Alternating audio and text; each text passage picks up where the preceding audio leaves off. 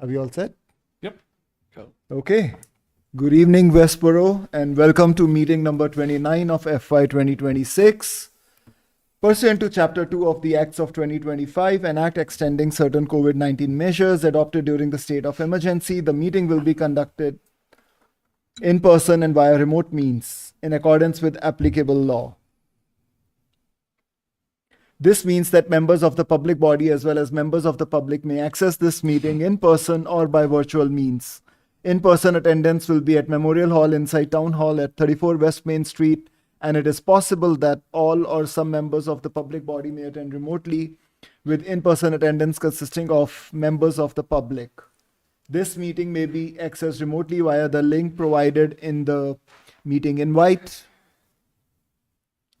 When required by law or allowed by the chair, persons wishing to provide public comment or otherwise participate in the meeting may do so by in-person attendance or by accessing the meeting remotely as noted in the meeting agenda. Additionally, the meeting will broadcast live in real time via Verizon Channel 28 and Charter Channel 192 or via Westborough TV's online platforms at westboroughTV.org and youtube.com/Westborough TV. Okay, and to begin with, we have got public comments. I know John Arnold, our moderator, is here. John, you want to take it away?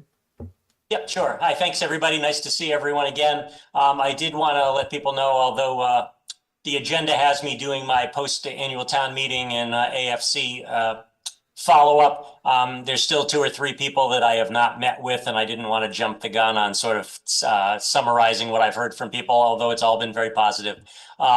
And I'll make those remarks at a future meeting. However, I did want to let people know that after I had my conversations with Jane and Dee, they agreed that they would be willing to serve another term on the committee. So I have given them reappointment papers, and I'm hoping they can get sworn in soon if they haven't already. So I welcome them back to the committee, and I thank them for all their efforts. I also have met with Beth. Beth has served almost 12 full years on the committee, and her personal and volunteer life has gotten very busy, and she has told me that she is not seeking reappointment to the committee. She did say that although she had a commitment tonight, she's going to stay up on the committee matters and if needed for future quorums until I find a successor. She is willing to join in, especially as we, if necessary for the end of fiscal year transfers and things like that. However, my goal is I've started sourcing other potential candidates. And I actually also say if anybody's listening to this or if any of you committee members have any ideas and want to send me introductions, I will meet people. So my goal is as soon as possible to get a replacement for Beth appointed so they can become yet another newcomer, but hopefully have at least met you before the fall town meeting season arrives. So my hope is to do that as soon as possible. I don't have a long list of people I've contacted in the past who are interested, but I do have a few people who a year or 2 ago were not in the personal situation where they could join, but I'm going to reach out to them. But I'm also interested in speaking with anyone else who might have interest in the committee. Or if you or anyone listening or watching thinks there's someone with interest, introduce me to them and I'll follow up. So mostly wanted to just say thank you. I will be in the next couple of days. I'm going to try to finish up the remaining one-on-ones as soon as I can, and hopefully we'll be ready to do sort of a summary of my one-on-ones and fulfill my annual post-annual town meeting review with you in person, hopefully at your next meeting or shortly thereafter. But again, thank you all very much. Appreciated your time, effort, attention, and all the energy that went into preparation for and participation in the annual town meeting. So thank you. Absolutely. Thank you, John.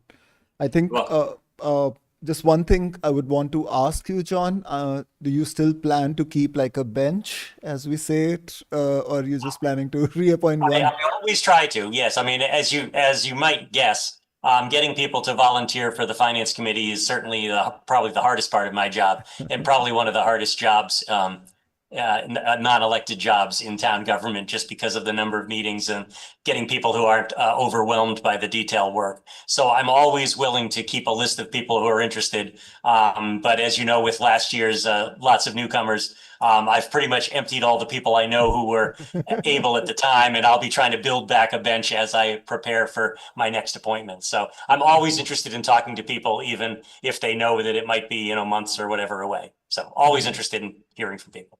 Got it. Sounds good. So yeah, as you heard, if you Oh, have yeah.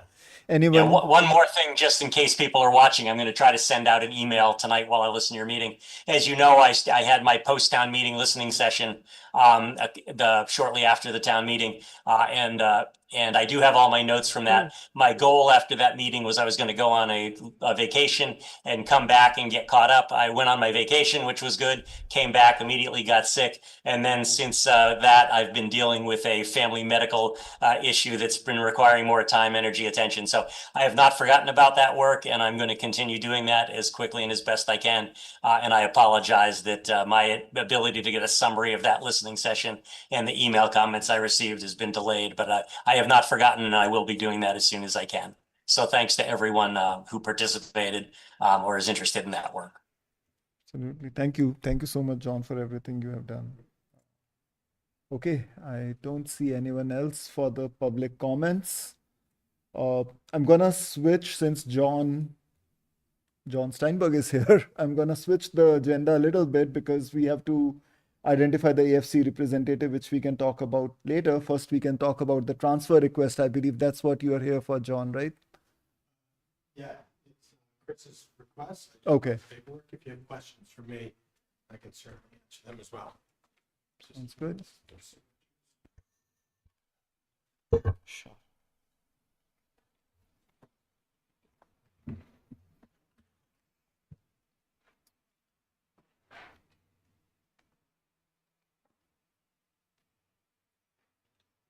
So, And as Saroja's joined, I'm sorry. Saroja, can you hear us all right? Saroja may not be able to speak enough because she's at a field soccer practice. Oh, okay. So, I just don't know but how yeah, she'd be voting. Saroja, I if you wanted could to just check in. quickly, Okay. yes, exactly. Saroja, would you be in a position to vote in as well, or Chris for that matter, right? We'll see. I should be able to vote, and I can hear you guys okay. Awesome. Thank you. Wow. Halfway across the world. Yeah, really.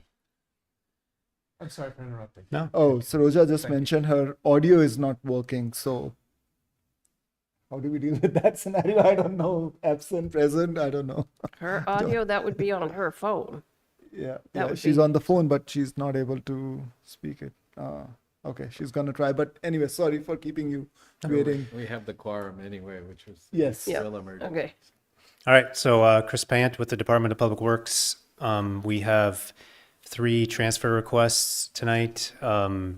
So to be clear, maybe for people listening beyond the committee, this is not asking for more money. This is money we have in our budget. It just exists in a sort of a different pot than what's available to us to expend on a daily basis. So we're asking to move some money from our wages account to our expenses account to take care of some work that I'll describe. We have the money in our wages account because of vacancies that we've had over the course of the fiscal year. And it's pretty typical that when someone leaves, that generally they're usually kind of far along in their career here. So on the higher end of the pay scale, and when we bring somebody in new, oftentimes they're at the newer end of the pay scale. And so when you have vacancies, you tend to accumulate some money in your wages that didn't expend as you might have expected to. So I will go through each budget and talk through it. And I guess just ask if you have any questions for the budget, and then we'll go to the next one. The first one I will cover is water. So we're asking, I don't know what documents you have or have been given, so I'll just give you the details. Yeah. So we are asking for $125,000 to be transferred from our wages account to our expenses account. That would cover 2 things for us. So quite a few weeks ago, we had a significant water main break on East Main Street. I imagine some of you probably, or all of you probably were familiar with that at some point because of the disruption. So we repaired the leak. We had to do some emergency work to the road. It was still considered winter time, so costs for mobilizing paving companies and that sort of thing are on the higher end. So we're asking for $80,000 out of that 125. That pays for the work that's already been completed on the road. So we have an invoice, it needs to be paid, and that would cover that bill. The second piece, so again, $125,000 total, $80,000 for covering the paving associated and the road work associated with East Main Street. Second one has to do with a well. So we have a well on Moore Street. We had a pump that malfunctioned, needs to be replaced. The well's been shut off for quite a while now. We're approaching summer, which is a critical time for us to produce water. So we need to get that well back online. We have a plan to replace the pump, and that's done through our contract operator, Veolia, and their funding mechanism. But there's also some other things that were identified that need to be taken care of. And because we're already going to be doing this pump work that requires taking things out of the well, it makes absolute sense to do this other work at the same time. So the well shaft itself, there's a casing and then a screen in in the well that like the thing that actually goes in the ground, that needs to be replaced, and that's a cost of about $20,000. And then there's some associated piping inside the well house. That's another $25,000. So I know I'm throwing a bunch of numbers around, but $45,000 is the total. So 45 plus 80 is 125. That's the total we're asking for. But those two things are what we'd like to get, the work we'd like to get done with this money. We do still have remaining money in our expense account, but we still have about almost 2 months left in the fiscal year. And so we still have other things beyond these two items that need to be addressed, or that we'd like to address, and potentially any other emergencies that come up. So we think the appropriate and best option would be to transfer this money, pay for these items I just mentioned, and then the remaining imbalance we have in our expense account would be put towards, the rest of the fiscal year. So that's our request for water transfer. A motion? Sure, I'll give a motion. But any questions before that for Chris on any of these Just transfers? Veolia, that's the same group that runs the wastewater. So they do well work as well. So Veolia operates our water treatment plant, and they also operate the wastewater treatment. Two separate contracts, two separate Hopefully entities. they keep them very separate. But yes, Veolia is the company that runs both. So they run the treatment plant for the water treatment plant for us. Yep. Any other questions? Well, the 125 that's extra, that represents how many people did you lose? The 125 that's extra in your payroll account are the salaries? Yep. So it's a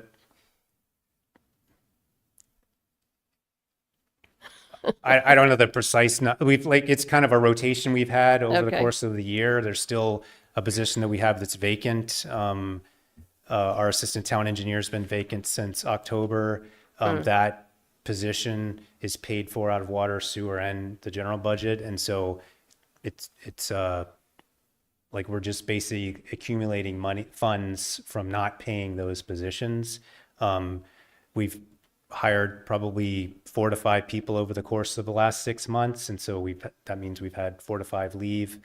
So it's just kind of a rotation of people for various reasons that has allowed us to accumulate that funding.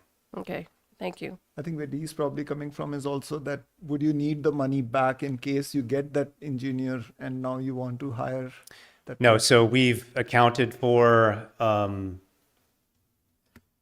hirings and obviously to pay the remaining months of the fiscal year, and This 125 is not, that doesn't zero out that wages account. There's still money left in that account.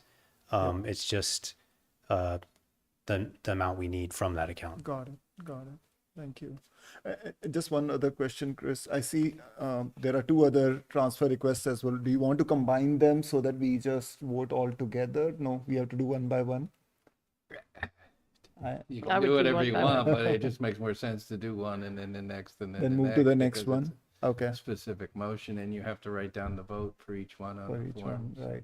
Okay. Okay. I was just trying to say we can be efficient by listening all three and then move forward with the combined motion as we do. But okay, we can go that way as I well. recommend doing them individually.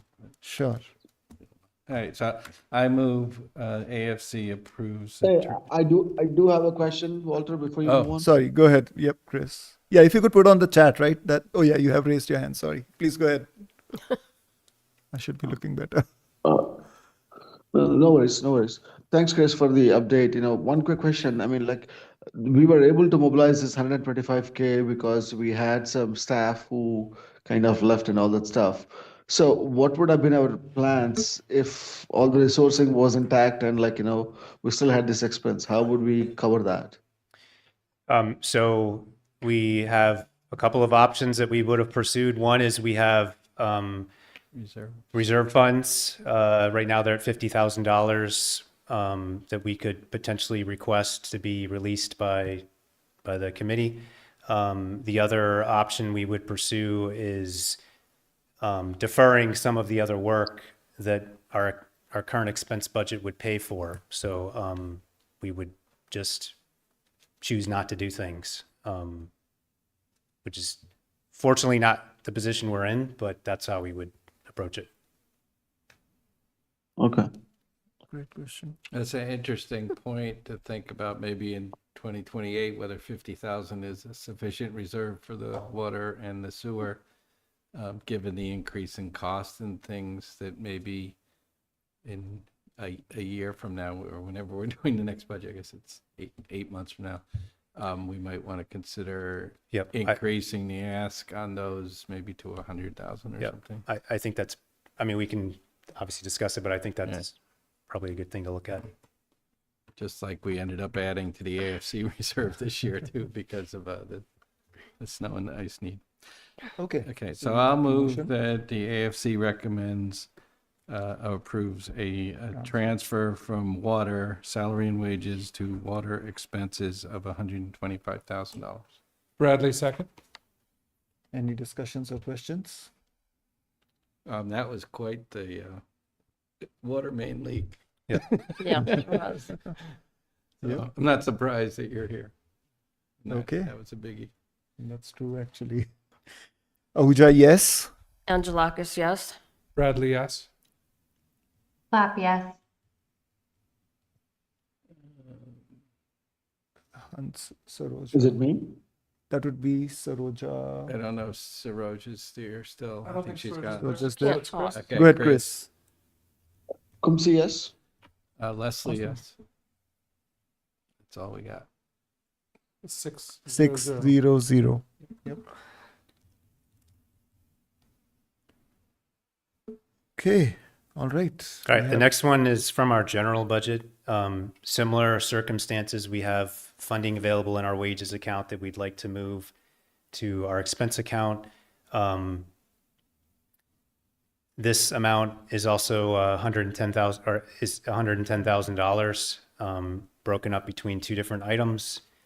So these two items are a little bit different than the water. So the water was like, those were things, the well, we have to get it back online right now. And the paving we already completed, we have to pay the bill. These next two for general are opportunities for us. And because we have the opportunity with some funding that's available in our wages account, we wanted to pursue some options for the town. So on Bowman Lane, the town funded the replacement of a culvert there. That culvert was replaced last summer, over the last month or so, and then over the next month and a half or so, that project will be finished. This this is kind of the cleanup portion of it. The culvert's in, and we're just doing the final work associated with that. So there's funding associated with that project to pave the limits of the project. So basically, if you haven't been on the road, there's a culvert in the road. We're probably talking about 100 feet of road length that it was affected by the culvert that's going to be paved. But what we try to do on projects like this is not go into a road and pave 100 feet of road and have like new asphalt for 100 feet, but the rest of the road is not paved. So we have an opportunity here for $70,000, we would pave all of Bowman Lane. So that's about a third of a mile. So we're going to bring a paving company in anyways to pave this culvert, the top of the culvert. But it makes a whole lot of sense to take advantage of that paving company while they're here to pave a road that needs to be paved anyways. And so for this $70,000, we can extend the paving and basically pave the road from end to end, which is something we typically incorporate into our projects anyways.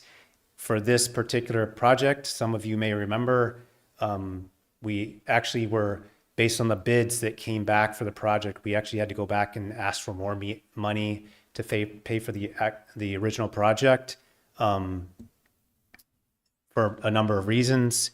And so that left very little money remaining to do this additional work that we'd like to do. But in other projects, we have a built-in contingency, and that's kind of like set aside in our heads for if we have the opportunity, we would do this additional paving. That didn't work in this case because the project cost itself was higher than we were anticipating, and so we don't have funds in the project to do it. So if you don't approve it, then we'll go in and probably we'll end up just having to pave the extent of the project as it is, but it would make a whole lot of sense for the town if we just paved the entire street and then call it complete. So that's part one. The second part is, again, an opportunity. So we have a lot of concrete sidewalks around the downtown. Many of them need to be repaired, replaced. We build that into our budget, and so we have an amount of money in our budget where we do that annually. But we can get more done if we have more money. And so we're asking for $40,000 to allow us to do an additional $40,000 worth of concrete work this summer, in addition to the work we're already doing. So $110,000 is what we're recommending to be transferred from wages to expenses. And that would break down to $70,000 to allow us to pave Bowman Lane, an additional $40,000 to allow us to get some sidewalk work done. And so for perspective on sidewalks, last summer, if you're familiar with Parkman Street, which is right over here, actually maybe it's that way, but it's multiple panels. So, a panel of sidewalk on the street. If you walk down that street, you'll see a hodgepodge of newly placed sidewalk panels. That little bit there cost us $30,000. That's pretty much what is in our budget on an annual basis. So we will get some sidewalk work done this summer, but we could double that work and make improvements to areas around the downtown by adding this funding in, which is, it's just kind of a unique opportunity because we have this funding available in the wages account. We can either spend it and get this work done, or it would just go back to the Free cash. budget and we'd ask for it at a future date. But we have the opportunity now to get it done. We have a contract in place that would allow us to do it. When you're working with concrete, the volume helps with your what you pay, because it comes in a truck and you want to maximize the amount you can use from the truck. So that's our recommendation for and those are the reasons why we want to pursue this funding. Got it. Thank you. Any question? Yeah, go ahead. If I Andrew. may, about the work on Bowman for the paving. I suspect that there's a way, and I seem to recall thinking back historically, there's a way that you grade the quality of roads such that you will know which ones are in greater need of paving than others. And I forget what that scale is, but without the culvert work on Bowman, what was the likelihood of the need, or what was the imminence of the need for paving the rest of the street? Yeah, it's a good question. I should have checked the grade. I don't know the specific grade of the road off the top of my head, but that road, Bowman Lane and Bowman Street, at least portions of Bowman Street, both they're not like got to do it today. There's other roads like West Main Street that we're doing right now. So we have other roads programmed this summer. And Bowman Lane would be a future road, meaning potentially in the next year or so. So it's at a point where it makes sense to do this work. We're not proposing to repave a road that doesn't need to be repaved, I guess. Is Lyman on your list? Lyman is on the list, yes. Okay. Like I go across multiple towns and I see the conditions of the road have really deteriorated. So and that makes me come back to think about you, Chris, that do we have how does it work? Do people call up and say, hey, my side of the road is really deteriorated, it's below the grade level, do it, and then we see if we have the money? Or how does this process work out? Because it has been unusual and a lot of roads have actually been damaged to require repair. Yeah. So, I mean, people do call us and, tell us they have some requirement or preference for something, but that's not, that's appreciated, but that's not how we make our decisions. Okay. We have as was mentioned, we have a report that has assessed all of the roads in town, and it grades the roads. It's a nationally reckoned, it's not just unique to Westborough. It's a standard across the industry of paving that we use to guide how we select roads for paving. So that's the start point. And then there's other things that will weigh into that. So funding that's available and other activities that are planned or going to happen in the future on a road, because we don't want to go pave a road if we know we're going to tear it up next year to fix a water line or whatever the case may be. So we do have a process where we identify the roads and prioritize the roads for resurfacing. Just to be clear, though, in this specific case, the reason we're asking specifically about Bowman Lane is because we already have a contractor who's coming in to pave a piece of the road. So it just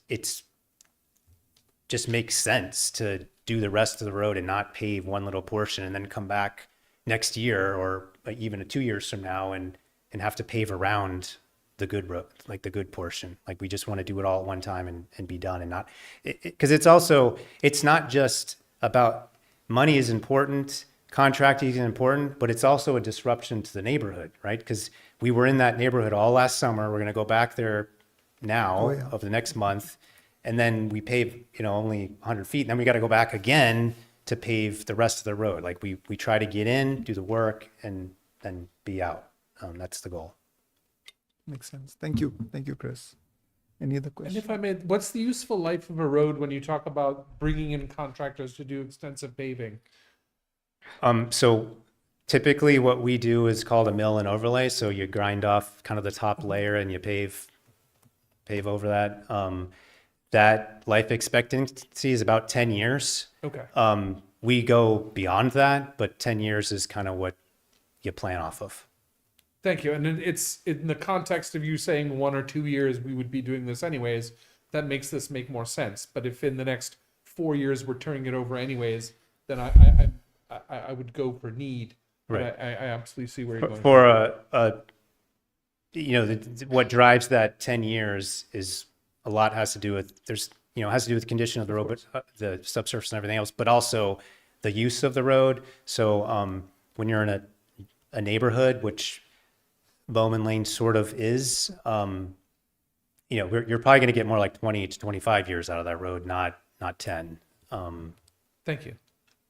Yeah, I would assume like West Main Street, which you're doing gets constant big, Right. trucks, traffic. Right. And compared to Bowman. Yeah, Right. must be pretty mellow. Chris, you have a question. You want to go ahead? Yeah, thank you, Prashant. And Chris, one follow-up. I mean, just so I'm clear, we are paving the entire Bowman Lane and replacing a portion of the sidewalk in Bowman Lane. Is that right? No, sorry if I wasn't clear. So there's two different topics. Topic one is Bowman Lane, which is to pave the road, just asphalt on the road. The second topic is sidewalks.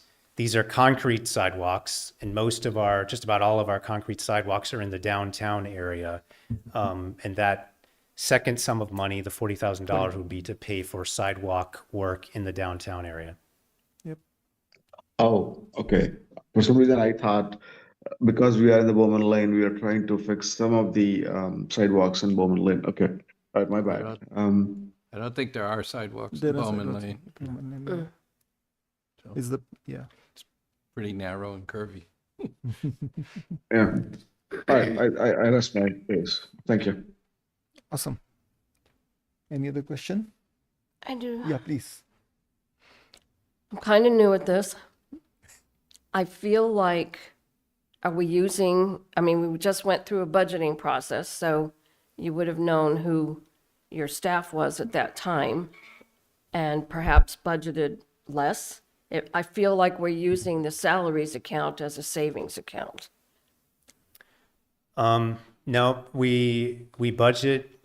The budget process starts in October, and we're forecasting starting July 1st of the following year, and then you have obviously that following year. So we're forecasting Year and a half out. Yeah, half ago. about 10 months in advance, and then when you add on the fiscal year, another 12 months.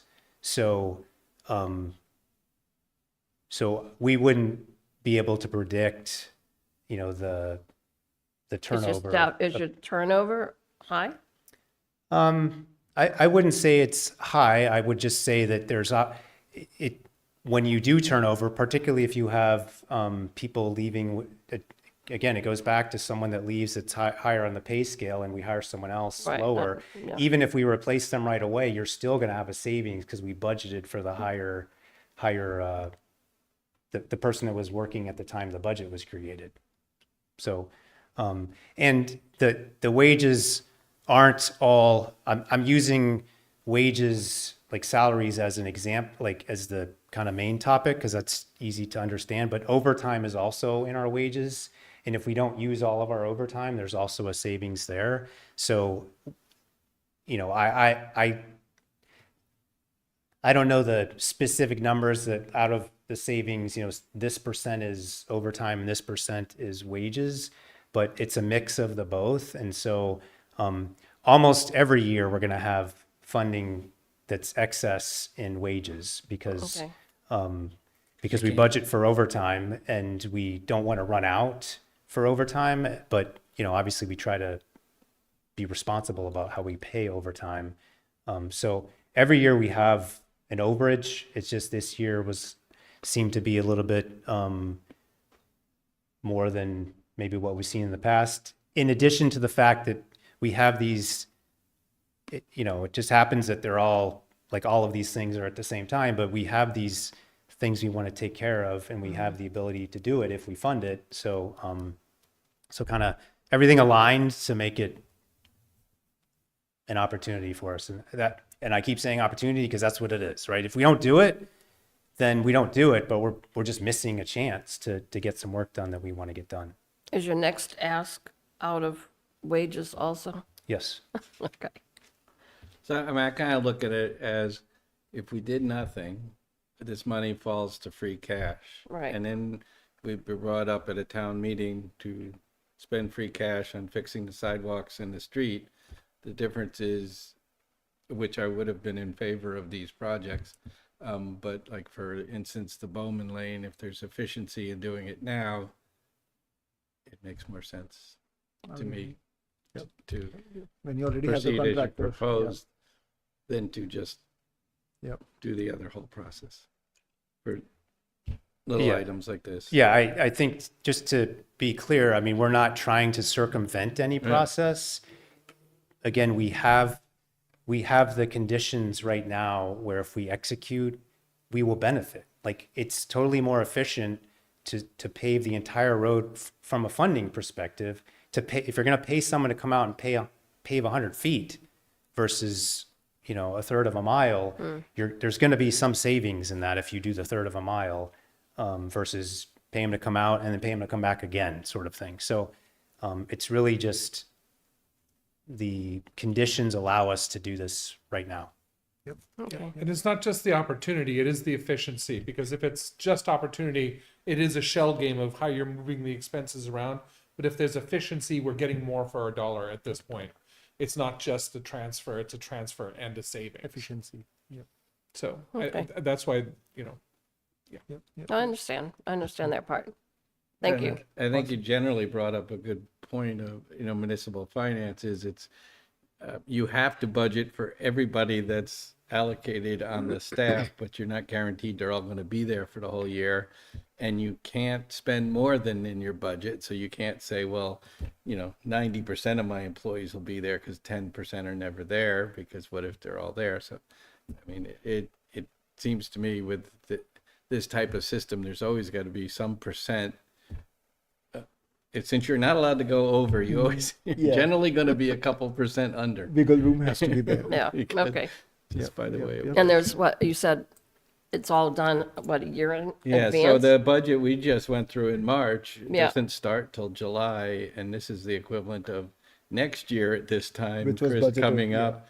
And so how would, you know, last fall when he started that budget, he doesn't know which employees are not going to be here next spring, Right. which is like a year and a half later. Right. Right. And, Okay, or either through, through retirement, maybe you can guess, but you can't even tell because that's up often to the people Right. to decide that, not Right.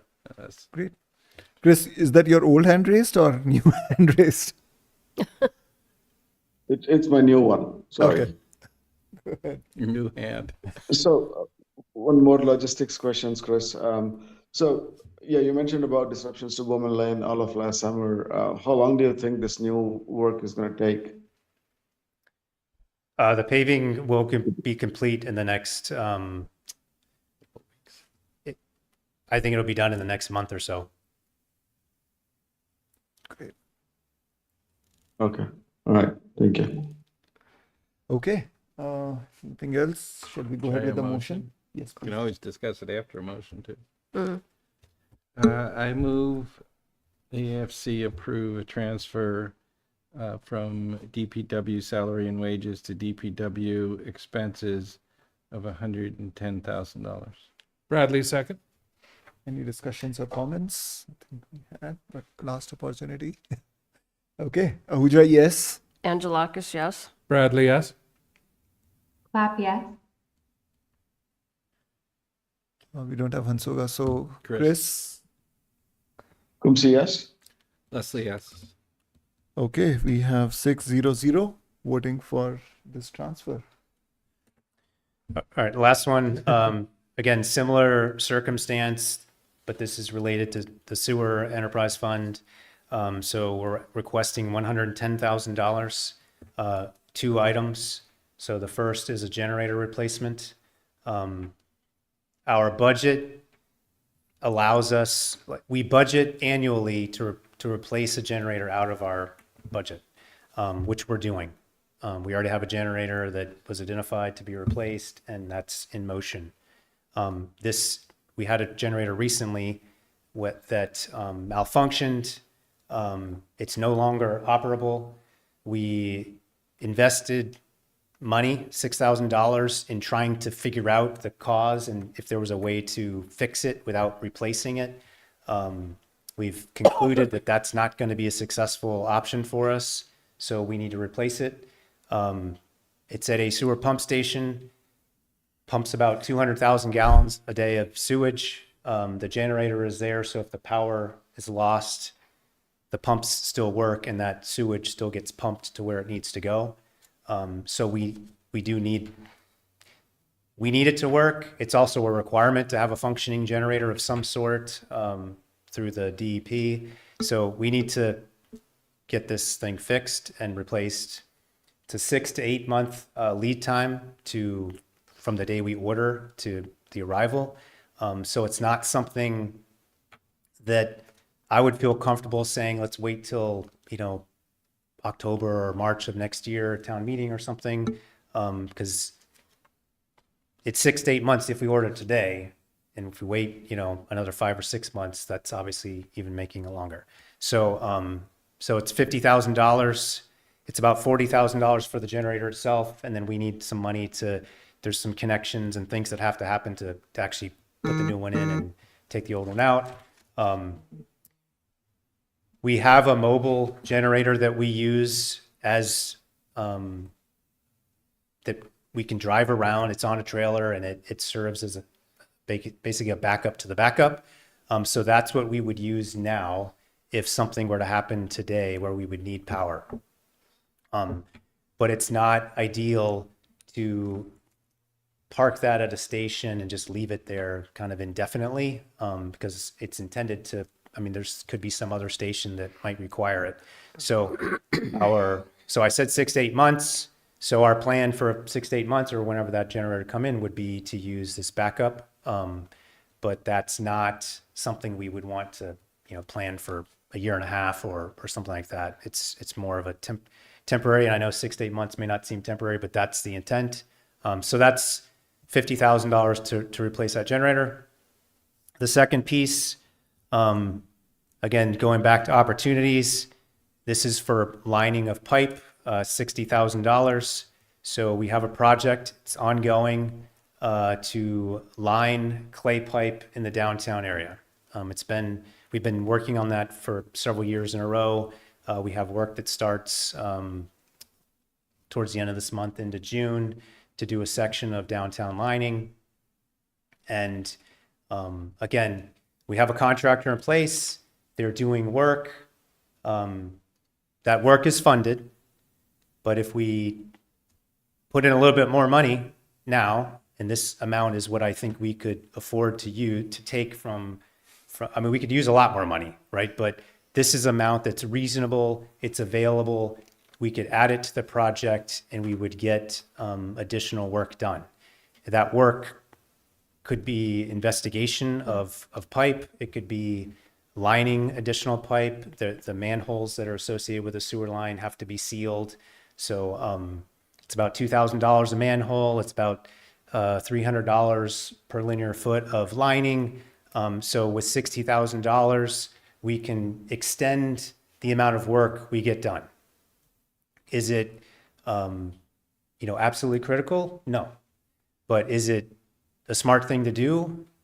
Yes, because our pipe in the downtown is clay. Just like the clay pipe or pot that might sit on your porch that your plant is in, you tap it with a hammer. I think it's not something we want in our sewage in. We want to replace it with something better than that. And so as much as we can get done as quickly as we can get done it is what we want to do. And so it's not going to add miles of additional lining, but it is going to add more than what we're doing now with our current budget. So we think that's a smart thing to do, to throw this additional funding towards the project and keep extending the work we're getting done, the lining process. So those two items, $50,000 for the generator and then $60,000 for the pipelining are the two items for the sewer. Okay, thank you. I'll start remote since we have a question from Chris. Go ahead, Chris, we're giving you first chance. Thank you. So How old is this generator which we are trying to replace, Chris? I mean, what's the typical lifespan for these? We typically, it's probably about 25 years, is what we plan. Certainly we have generators that have lasted a lot longer than that, you know, if you're doing proper maintenance. But 25 years is the life cycle that we would use for capital planning. Thank you. And did we exhaust those 25 years on this generator which we're trying to replace? I'm sorry, can you say that Did again? we exhaust the lifespan? Nope, we didn't, which is unfortunate. This generator is relatively young. It's only 15 years old, which is totally unfortunate. But as I mentioned, we've already spent $6,000 with investigation and trying to fix it. What happened is inside the generator, apparently a piece broke off and spun around in the system and did some disruption to other components. And so replacing some of these components didn't fix the problem. And so usually when you have a mechanical device and something spins around inside of it, there's things that you can't see that happened that are other places inside. And I'm not being super technical here, but we can't figure out, we don't see a likely avenue where we're going to repair this thing for a reasonable amount of money. And so the course of action that we think is the best one is to replace it. Typically, what's the warranty sorry, period? I'm but- sure it's beyond the warranty, but what's a typical warranty like for such generators? Sorry, we don't want to put you on a spot, but It's just in the a 5-year range. 5-year Yeah. range. Okay. Yeah, it's on the same topic, but maybe a little offshoot. Do we have any AMCs on these kind of generators? Because I'm pretty sure we have quite a few of them in the town. And do we get any kind of AMCs? Annual maintenance contracts And Oh, yeah, Are you asking, we do we get have any- maintenance contracts on these? on these, yeah, where annually they are well. yes. Yes. Yeah. So we have a service contract for our generators. They operate once a week. They're load tested twice a year. We have an annual service that's done on them. So yes. Okay. Okay. Any other questions from anyone? Good. Motion? Oh, I just had one question. Sorry, none of them have. And this is out of maybe slightly related to the second one, which is the lining of the pipe, because I was not attending, but I was listening to one of the neighboring town meetings that happened yesterday, and a couple of very interesting points that came up. And Chris, since you are there, it's related to the work that DPW does. One of them was that our sewer, they are talking about, the town is talking about fixing some of the covers around the which is your stormwater, making sure that their infrastructure is well protected, because what's happening is a lot of the water, stormwater, goes into their sewer, and that causes their sewer rates to be pretty high. Yeah. Because there's extra water that's going in which should not be into the sewer. So is that something which we may not have accounted for the benefits, but it will help as well, because clay, as I see, is porous and Yeah. can allow stuff to go in. Yeah, absolutely. So that's called I&I, inflow and infiltration.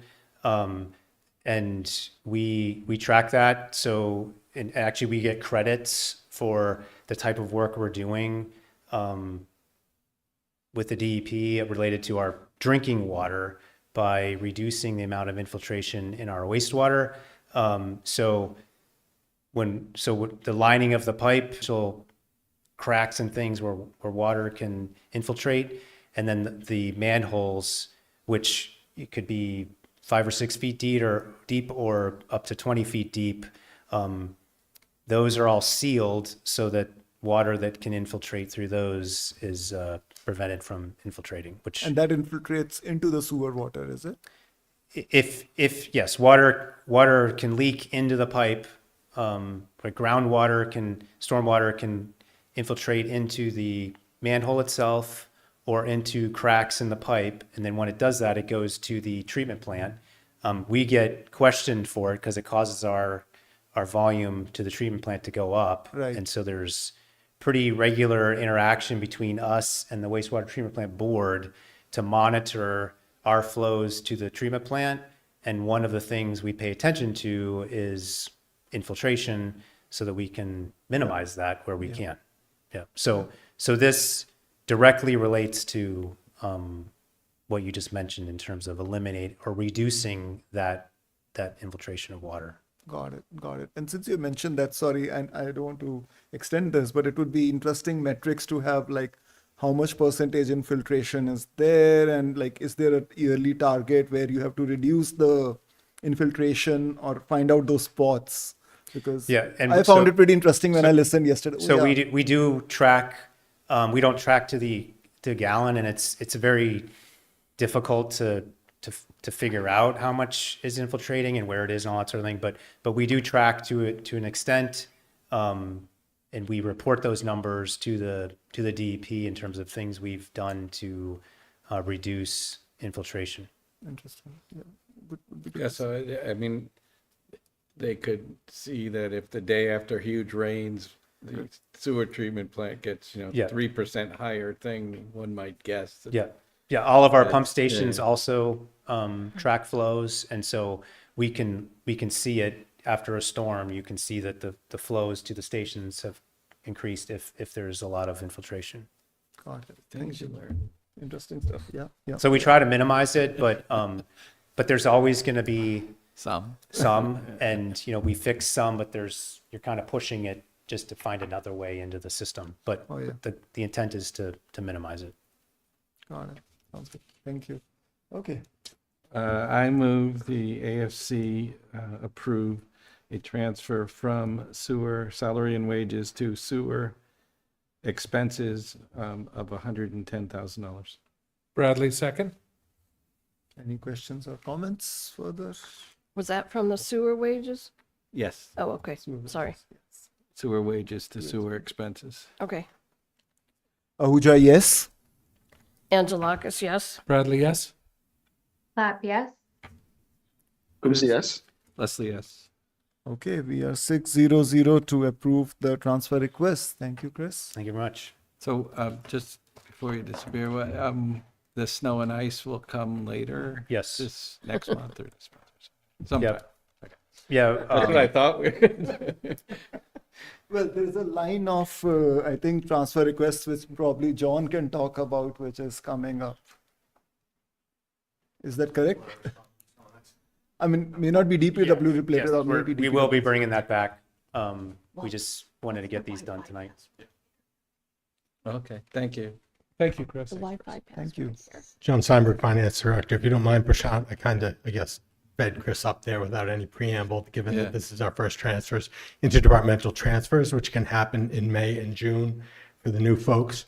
One of the ways I think to look at this is it's a reallocation of already approved funds. So we raise and appropriate, or in this case, it's from Water and Sewer Enterprise, which are the ratepayers, certain budgets, right? In this town, they vote salary and wages one line and expenses in another. In other towns, they vote it all one line for each department. But because of the way they vote it, you can't spend excess funds in salary and wages on expenses without this type of approved transfer, okay?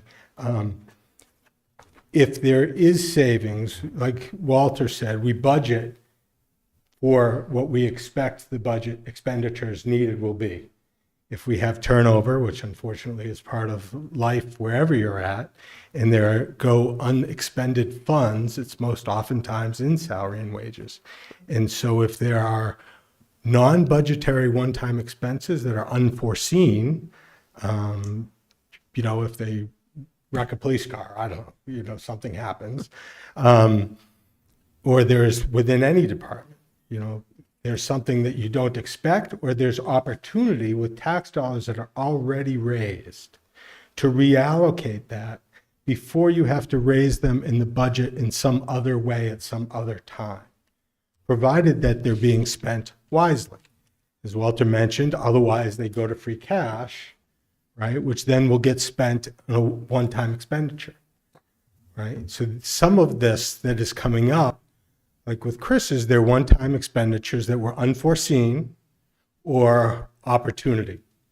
Opportunity through savings or opportunity through monies that have already been raised that can now be reallocated through opportunity, because then it's not put back on the taxpayer again at a future date. The only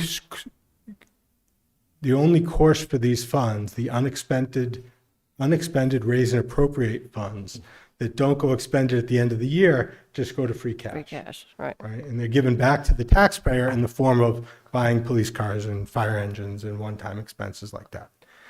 This is an opportunity, again, I like to say reallocation of funds that are not being spent. And yes, you are right, they were approved for salary and wages.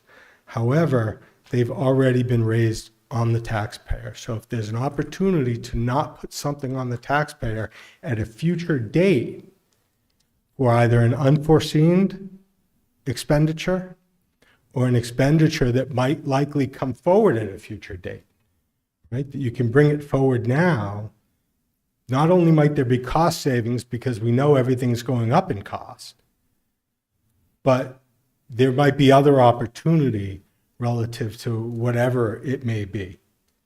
So I try to encourage it to be looked at like that, especially where we limit salary and wages versus expenses. Because sometimes, because you haven't spent that salary and wages, I'll use the finance department for an example, we had vacancies, we had to hire consultants.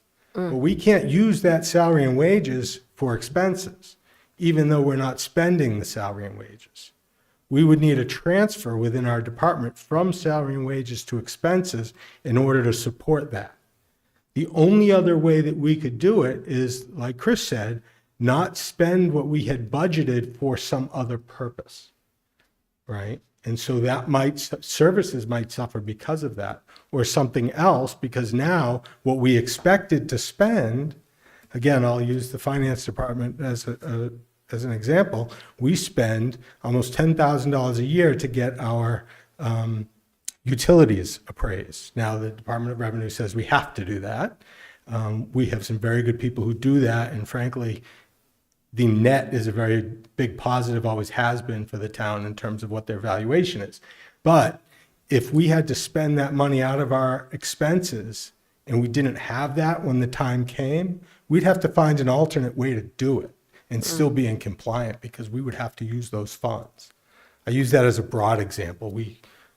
That's like the last thing that we would cut out. But Yeah. it's just an example, as you can see, the type of thing that you would have to say, well, we can't do that this year because we needed to use those funds that were budgeted for that purpose in this year for some unforeseen purpose, when we had salary and wages that weren't being spent because of vacancies. I like your word reallocate. Yeah. I like that. And again, I think one of the important things is that they are tax dollars that have already been raised. And so rather than raise them again in the future, on top of whatever else you might be raising then, you're almost taking advantage of an opportunity to not hit the taxpayer again later, not have it go to free cash, but utilize it in a functional way today. Okay. You know, That and makes sense. you'll see right now we're going, what the goal is when a department comes forward and says, hey, I think we're in trouble, or we recognize it and say, hey, you might be in trouble, right? We speak to the department because they know what their expenses will be for the rest of the year better than I would, okay?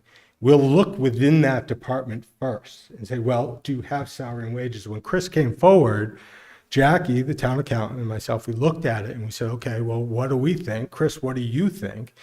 But you have to account, you're right, if we fill a position, we have to be ready to fund that. We can't cut to the quick, Right. right? We can't do that, because if we have opportunity to hire someone, we don't want to say, well, we can't, got to wait till July 1st because we gave that money. You know, we don't want to have to do that. So we do that analysis and make sure that any transfers that are coming out leave us funds for the balance between now and July 1st. That's Okay. the math that we do.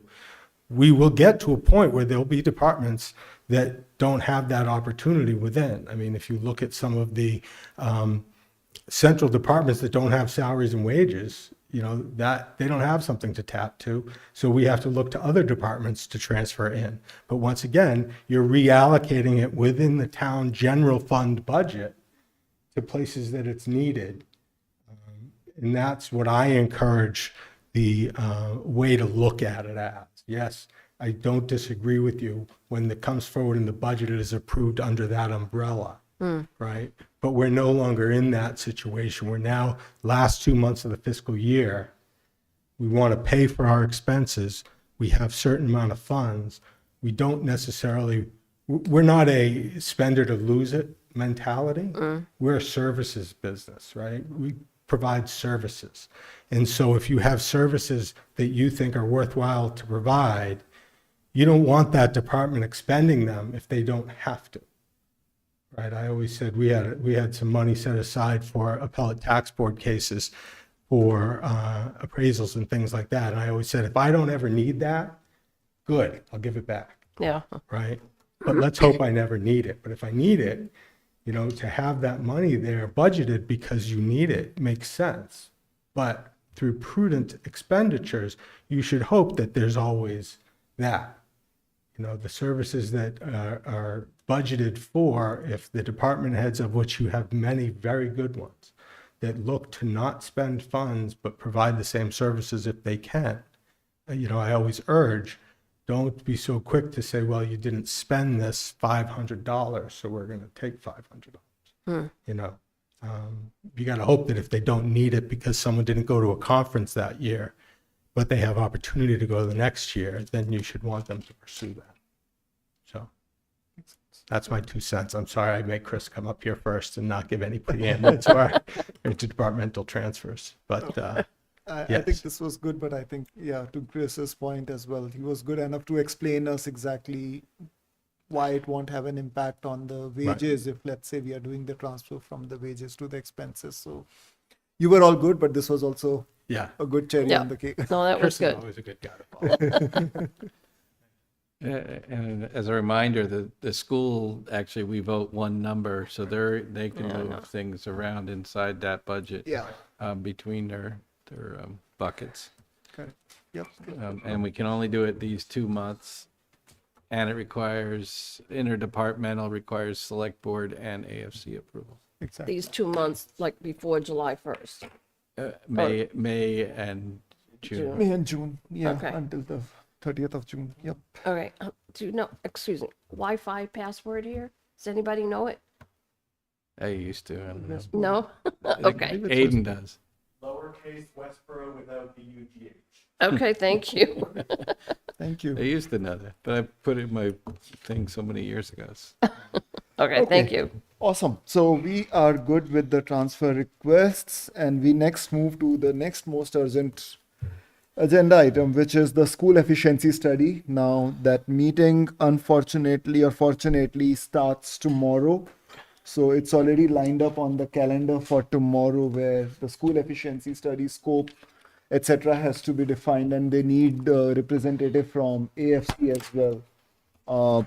Now I understand that Terry has also expressed her interest to be that representative, but I guess So the question is, could you do that? You mentioned you might be able to do that tomorrow, maybe. I And can then she cover. could catch up. Yeah, Thanks, yeah, Chris. yeah. Thank you, Chris.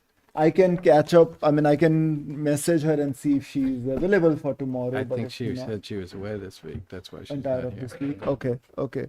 But I just want to make sure that it's out there for the entire AFC. If anyone has an interest, then we can discuss Yeah, who could be having a better availability. I'm not really into the school business, so I think Terry might be a good representative for it. I mean, I think Terry would be an exceptional candidate for this. She's been the school liaison. She's got business background, and during our discussion over the past year, Yeah, she's had a lot of ideas, and I think you want somebody, A, that would have the availability to go, which I think she can normally, but B, somebody that wants to think out of the box a bit. Makes sense. And Yeah. so I'd nominate Terry to be the AFC rep to the Liaison. liaison. I don't know what you want to call it, for the school efficiency study. Awesome. I'll second that. Great. I don't think we need a vote for it. I think it's just a consensus that we need in a public forum. Okay. Jane or Chris, do you have any opinion on nominating? We already have a nomination for Terry, but I mean, you are not here, but you are here with remotely. So if you agree with Terry or you have your own personal nomination or interest, feel free. I have no opposition to Terry's nomination. I think it would be best to take a vote just in case it matters down the line, since it Okay. would be a quick vote. Awesome. Thank you, John. Yeah, I mean, we usually approve the liaisons at least by a consensus vote. Okay. So All right. Yeah. Okay, so we already have, I guess, we have a motion for nominating Terry O'Day for the liaison for the school efficiency study. And he seconded already. Yep, seconded. Yep. Second. Ahuja, yes. Angelakis, yes. Bradley, yes. Clap, yes. Kumsi, yes. Leslie, yes. Okay, we have a 6-0 vote for nominating Terry. I'll communicate That's this what to she Terry. gets for not being here, see? Well, she did express it. Yes, she did. Yeah, That's exactly. fair. Otherwise, I wouldn't have done that to Yep. her. Yep, exactly. But I do think she'll do an excellent job.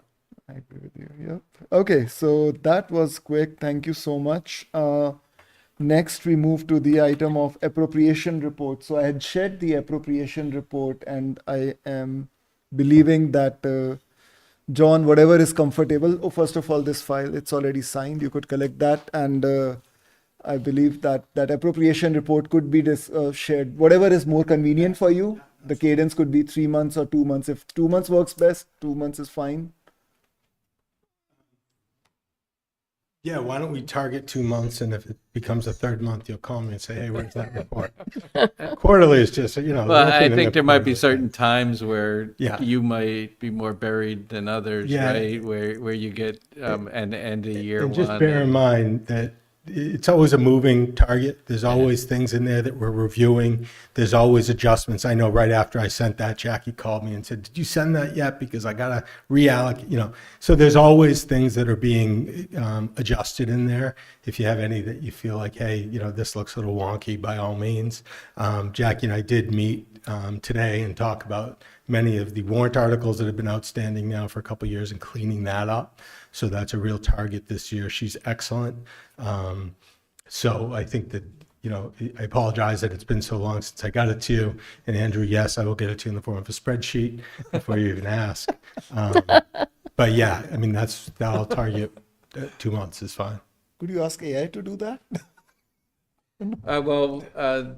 About a year ago, we had so much disruption in the accounting office, but when we were on a regular pace, we'd kind of gotten to a point where we were getting them in PDF, but also a spreadsheet for the Okay. nerds Yeah. that like, you know, doing lots of calculations off them. And but then, you know, everything got scrambled. Yeah, we again, ran so- into some issues in the software when it Yeah. came to not closing out fiscal 25 and working in fiscal 26, because the way it ran the report, fiscal 26 was always in there under the label next year, right? Because 25 wasn't closed out, but the report wouldn't allow you to pull from that next year category in the same way. It just didn't. So with this So now that's reconciled. this thing you're working on with this chart of accounts, Yes. will that would change this report too, right? Because eventually, I mean, right now it has the account numbers. So it'll change the account numbers. So when you think of the chart of account, that's our orgs and objects. So those will change really in the sense that there's a standard, an industry standard that they'll be realigned to. So some of those will change just by department, right? They're still always going to have one, and they'll have a label, so you'll see what it is. But it's going to change in the number of digits, right? So right now, because of the way it was built, we have to reuse some numbers in there.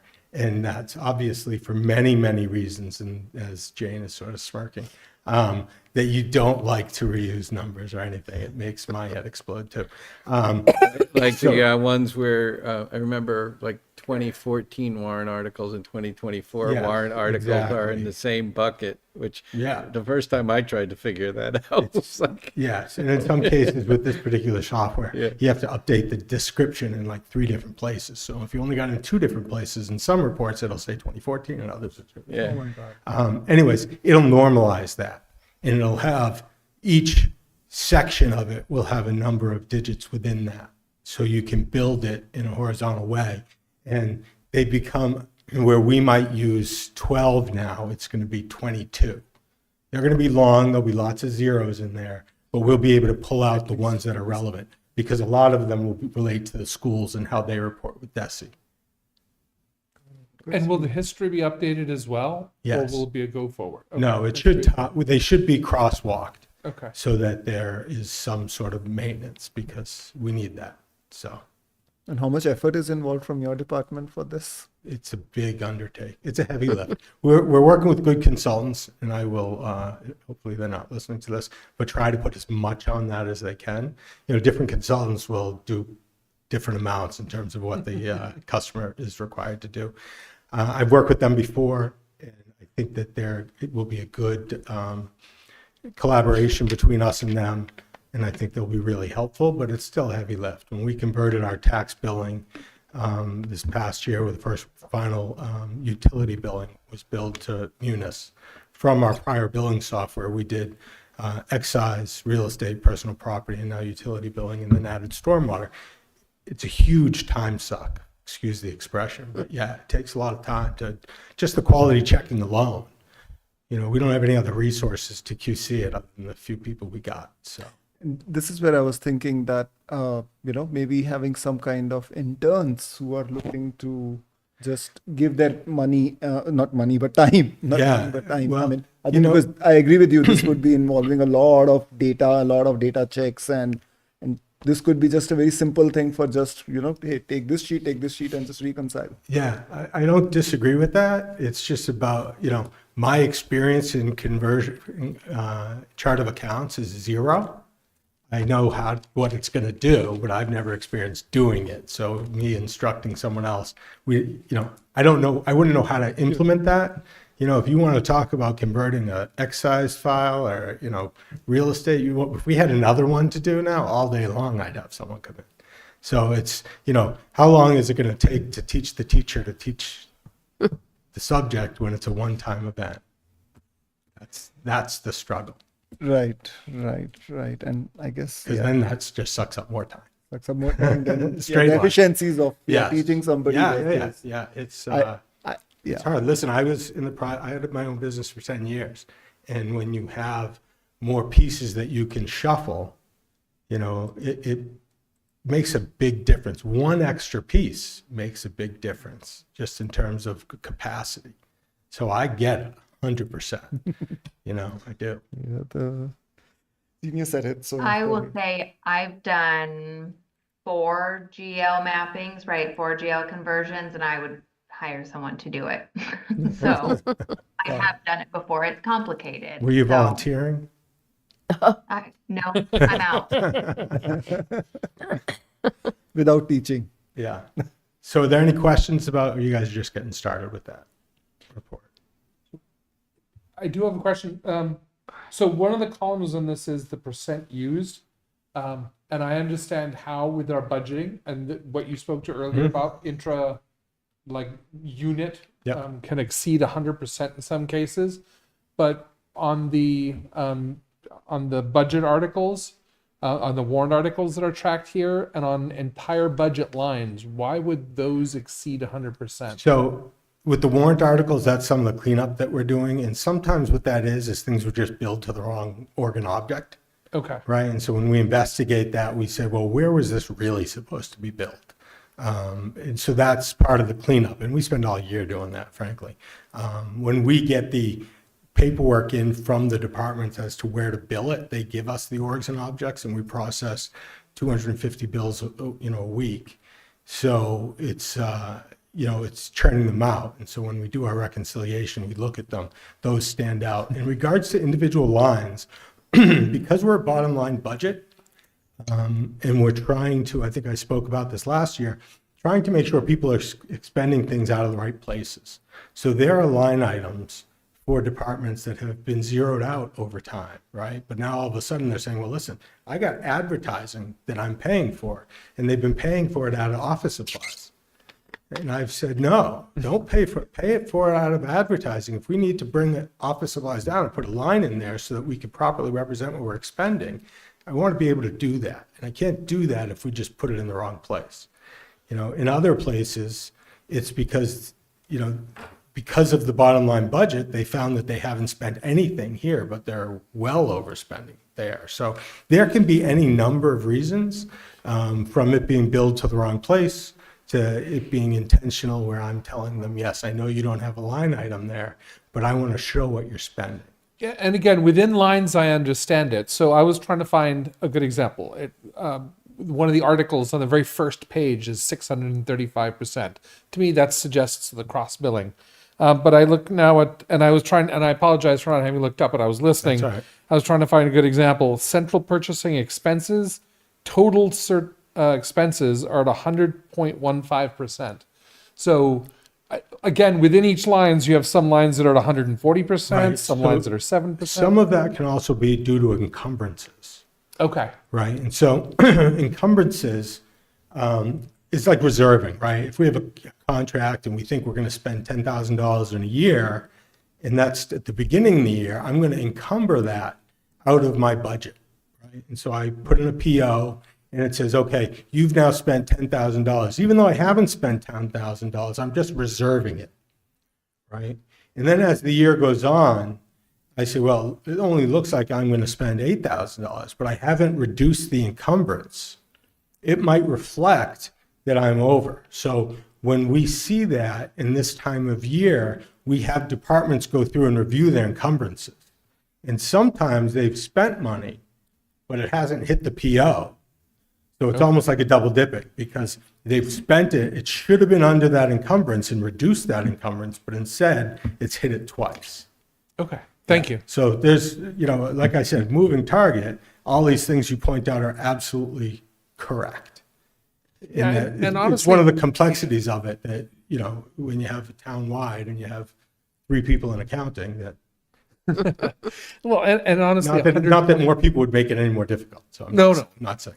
I'm not sure that this is the place to be going down to the 0.15%. I was hoping there's something more substantial I could ask about. So, like, even if we get better visibility, even if it's in spreadsheets, it's going to be very hard to justify spending a ton of time going for the $50, $100. I think that we have to find a way to focus it on the material differences. Yeah, and it's hard relative to giving you the report necessarily, looking at the minutia of what might be an accounting thing, right?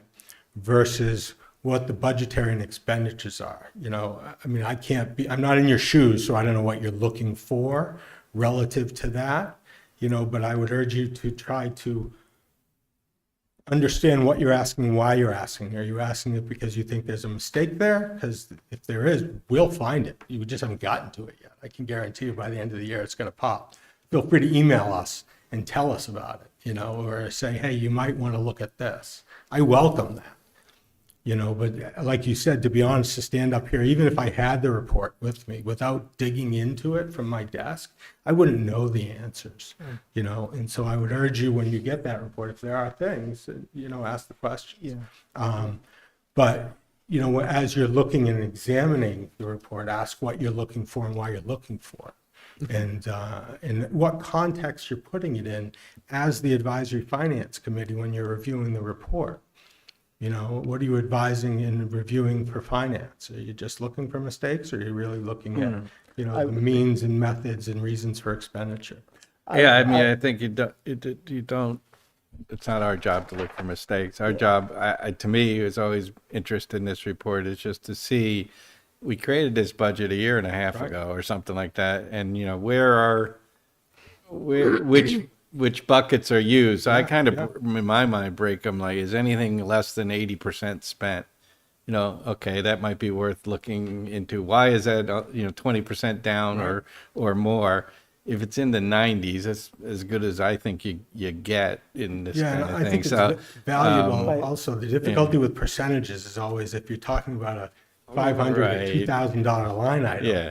it can be one thing that, hey, I didn't buy that this year, right? And so that's the Oh, yeah, difficulty with rolling No, percentages. But if it's a department's wages, why Yes. is it only at 80%? Well, okay, probably they're missing somebody, but Right, some of that's good to know because we're usually working on the next year's budget. And right, 100%.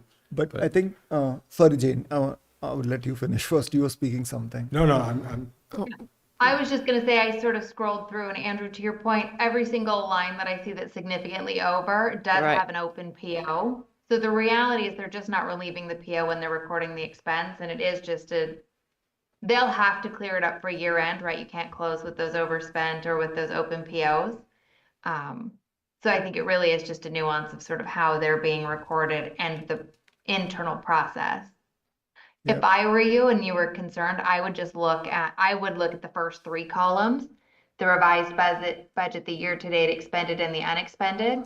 Because the reality is you can encumber all of the funds on day one and not have actually spent anything. Oh, that's a good idea, because I'm looking at like Department of Public Works expenses, and numerous lines are well over 100%, but the bottom line is 82.31. and they often will encumber something and then not need it all. Correct. And that's a good Yeah, thing so the because that's, encumbrance isn't necessarily Yeah. the best indicator of your actual expense. You're gonna encumber it all at once. I mean, to Walter's point, I think the pace at which we spend is somewhat telling, right? If we're 3 months in and we're 70% in, that tells me something. If we're 8 months in and we're at 20%, that also tells you something, versus the encumbrance, we could just be issuing a PO at the beginning of the year for the entirety. So, yeah, the column that says actual is the column of what has actually been spent out the door. So versus the encumbrance. The other caveat, just to what Jane just said, is when you're looking at that relative to the timing of the year, understand that there are lines and things that you only spend at one time of the year. So if it's a beginning of the year front-loaded thing that you're paying forward, you might spend that right up front and spend 100% of that line item, right? Or it might be an end of the year thing where you don't spend it until June. Right? And so sometimes, like a subscription, depends when it's Yes, due. Is it yes. due in June? Is it due in September? And so there's, there's no one rule that applies to any Or of it in our AFC world. booklets. Yeah. We only, Right. if you look at months that we don't have a town meeting, we don't spend much. Right, right. It's a great example and has a percentage, right? So, yeah, it's, but, as I said, a lot of, especially with the new folks trying to look at it through a different lens, it can be very different when you get, when you're a numbers guy and you so want to data analyze, right? You want to data mine it. It's, I think that those are important questions. What am I looking for and why am I looking for it? Didn't we And give then why the am I snow- asking John for it? Didn't we give the snow removal $200,000 so they wouldn't be over? Yeah, so snow removal, we haven't transferred yet. Okay. So it was approved from free cash at town meeting to the AFC Right. reserve. And then we'll come forward with the actual numbers for transfer from the AFC reserve. I just need to get those numbers from Chris when he's finalized.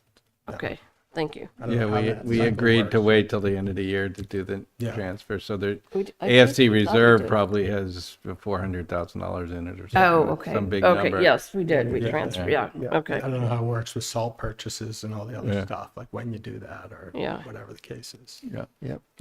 He knows his business Yeah. much better than I do. This is a good time of year to buy salt.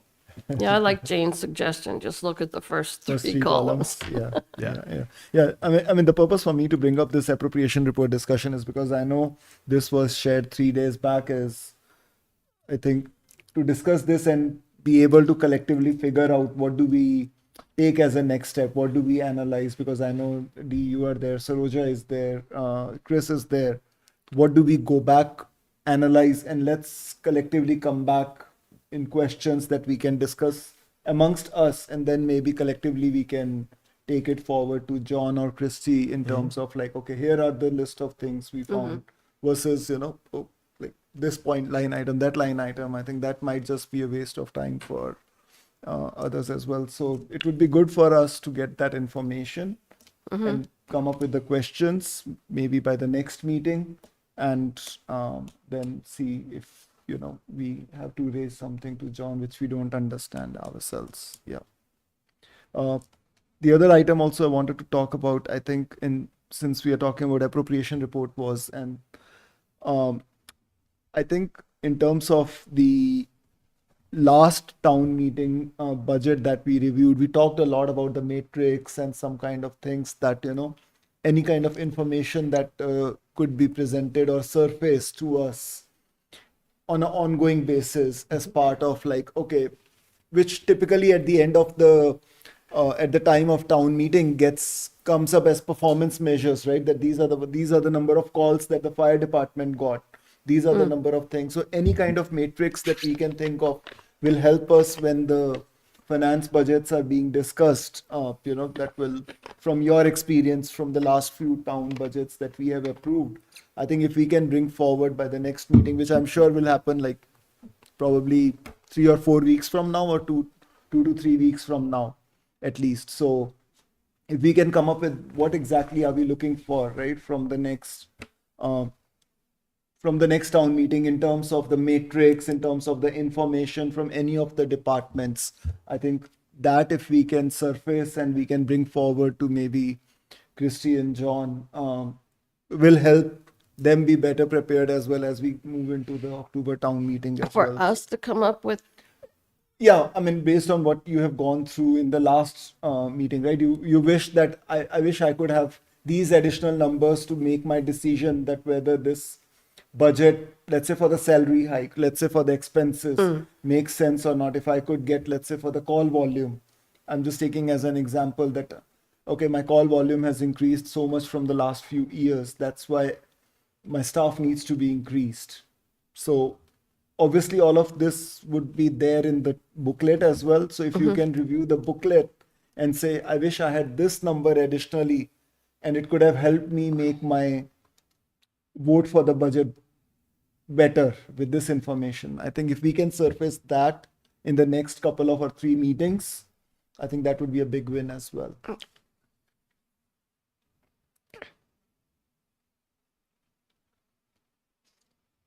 Okay, so that was moderator feedback. I think we'll push to the next meeting because obviously there are some meetings still pending. Liaison reports. Any liaison reports? I mean, I can speak briefly, given the hour. But the library building committee continues to meet monthly. There's a subcommittee that reviews weekly.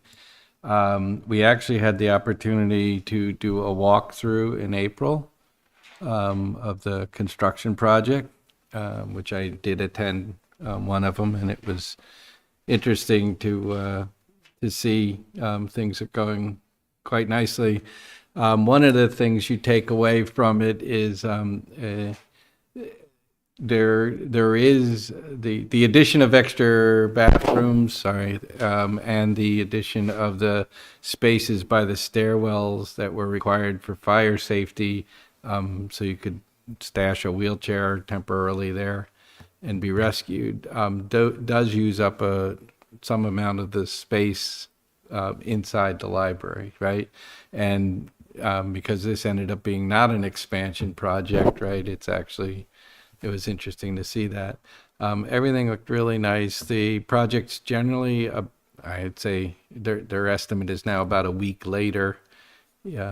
So first week of September or something instead of last week of August for completion. It's a little hard to still judge that at the moment. The roof's been torn off now, the old slate roof. Unfortunately, they also took off part of the roof they weren't supposed to. Great. So they got to figure out what they're going to do with that. That's on the 1980 part. You can kind of see it. So it right now has the white water barrier on top before they start doing that slate. It's actually gets re-roofed. The inside's pretty much sheetrock throughout and paintings going on. The teen area looks great. It's got this great glassed in, a window and things. Was able to go to the different levels and see what was going on. And so making good progress. And now I guess they're working out what the furniture and all that other stuff, that they have to get on order for the fall, because it's not that far away. Do you know what percent of the contingency budget has been used at this time? Yeah, I want to say about 50%, 40%, something like that. Okay. We do get those numbers. I just don't. And some of it is they not only present what is used already, but what might be used from all the little things that are coming up. But it's not nothing too worrisome yet at this point. The big thing was those pipes that needed to be replaced from the chillers that were, corroded. And that's really the reason for the extra sort of week or so of delay, because that was a lot of extra work. But the sprinklers are in, the piping for all that. Quite interesting. Like down on the bottom floor, they're leaving some of the ceilings more like, you see the ceilings and they're painted structures sort of. Whereas up on the second floor, you have drop ceilings, things like that. So anyway, moving along, and next meeting, I can bring some more information or even show you some pictures, because we do get reports. So if we had a shorter meeting, that might be appropriate, but I'd have to prepare it in advance. So that's that. Okay. Any other liaison updates? Recreation canceled their meeting, so they'll be postponing. I'll let you know next time we meet. Got it. There were a couple of wastewater treatment plant meetings. I could not attend those, but I can definitely, before the next meeting, request for information that they could provide on the project or any other updates that they could provide. So I'll get that by the next meeting. Do we, one other also takeaway I just wanted to quickly get, should we review the license one more time to see if we want to switch around some of the license and give opportunity for? I'd recommend is maybe wait for your new member. It's going to replace Beth to come in, and then and that. So not much liaisoning going on over the summer, so you could probably, address that at the end of the summer. Yeah. My only point there, Walter, was that typically we don't assign anything to a newcomer first, so we may want to, and we may not have anything for Dee yet, but since Dee is now around, she has seen the big So brunt of it.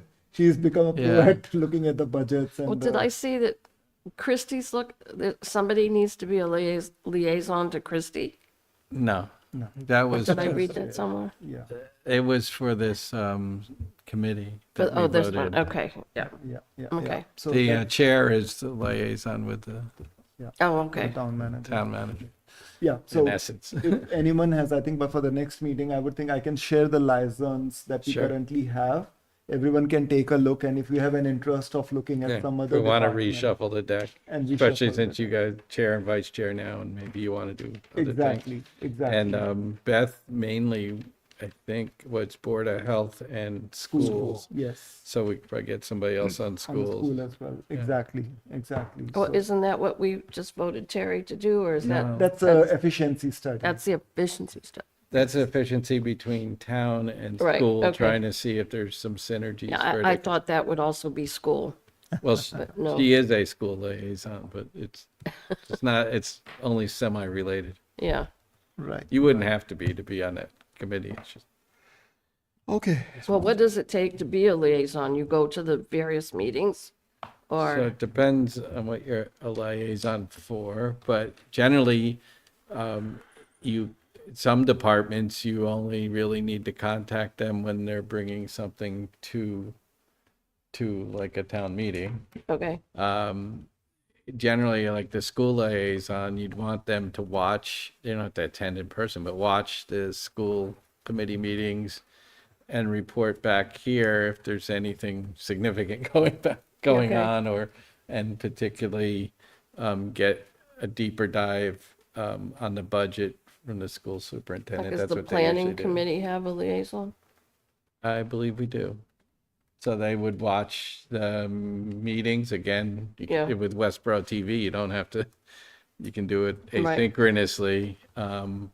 But if there were questions, then you'd want to just be in contact with them. when Okay. it's appropriate. So yeah. So I'll take the next step. I'll circulate the liaisons that we currently have. That's a and, great idea. Yeah. if Okay. we could Yeah, you're right, express because your- at least now we know Dee and Jane are coming back. exactly DJ Because and so that's settled. So. exactly. Perfect. So that was that, and for the license, any other points on the license report? Okay, we have an approval of minutes for March 21st. Thank you, Walter, as always. I think I do have a few points. I think in the interest of time, I'll park that and wait till, maybe John Arnold will have those points covered from the town meeting. So I'll park my thoughts on that. But yeah, approval of minutes for March 21st. And thank you, Walter, for taking those notes during the town meeting. Oh, these are Walter's notes? Well, he Sorry, I have a few typos in here. Nothing you should be Well, sorry Article about. 7 was mentioned twice. Okay. I think the article number needs Okay. to be changed, maybe. I will take note. Article 7. Article 7 on which page? Article is- 7, at the second page, the Article 7. Page One 2. says animal control, and then the other one's council on aging. Aren't those two Article different 7 ones? budget. Oh, yeah, and but Article 7. They animal are control and all council. part Three, of actually. Article 7. They are all part of Article 7? Um, I didn't go back and Article check it. 7 is the budget, so it's made up of the Oh. 150 lines Oh, or okay. whatever. So we actually earlier in our I see. meeting, we talked about Article 7, the police budget specifically, right? We voted that early. And then during the meeting, things came up, like the free cash, so it would make sense that those were all. Okay, so it's all part of the budget, okay. Yeah, they're all part of Article 7. Yeah. And I had a hard time reading. A motion was made by a citizen to increase recommended increasing. Do we mean to say that? Probably not. And that's in the animal control and council on aging. Motion was made by a citizen to increase, it drop should the just first say the increase. recommended free cash amount used. Yeah. It's just missing the word the. Otherwise, it's perfect.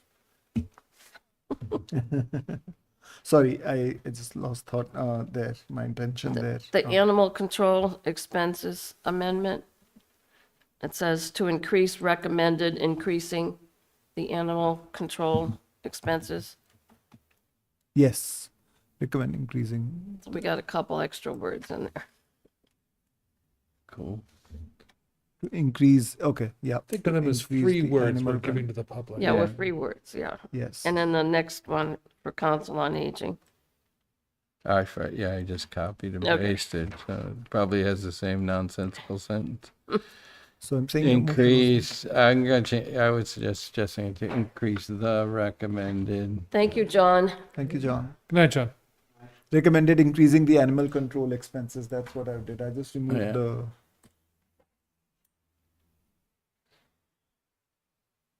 Yeah. Defeat the amended. Good finds. All three of those are.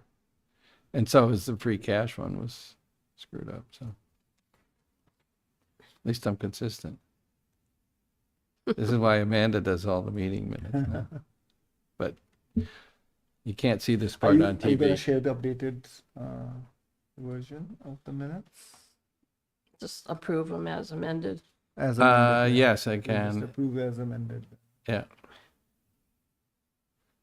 So, I made the updates, so but- right now, the updates I made were just on the 3 articles, 7. Is there anything else that you found? No, just Okay, those. Okay, Thank you. I'll clean that up and I'll send it. Okay, so we have That a was very motion good, for, though. sorry, It was very good. Very good minutes on it. it was real time being made. Yes, he was listening. Okay, so we have a motion for approving the minutes of March 21st as amended. I move we approve the minutes of March 21 as Brett? amended. Bradley, second. Any other discussions, questions? If not, Ahuja, yes. Angelakis, yes. Bradley, yes. Chris, Jane? sorry, Jane, Clap, yeah. Clap, yes. Sorry, I couldn't find my mute. Chris, Is he still there? He's he's there, muted. he's on mute. Chris, you're on mute, it must be. Yeah, I'm here. I'm here. Yeah, he's almost gonna be sleepy again. Okay, Leslie, yes. Okay, so the minutes for March 21st are approved as amended by a vote of 600. And this is now the motion to adjourn. Motion to adjourn? Second, Leslie. Ahuja, yes. Angelakis, yes. Bradley, yes. Clap, yes. From CS. Leslie, yes. Thank you, everyone. Thank you, Westborough TV. We are adjourned and we'll hope everyone has a good evening. Bye-bye.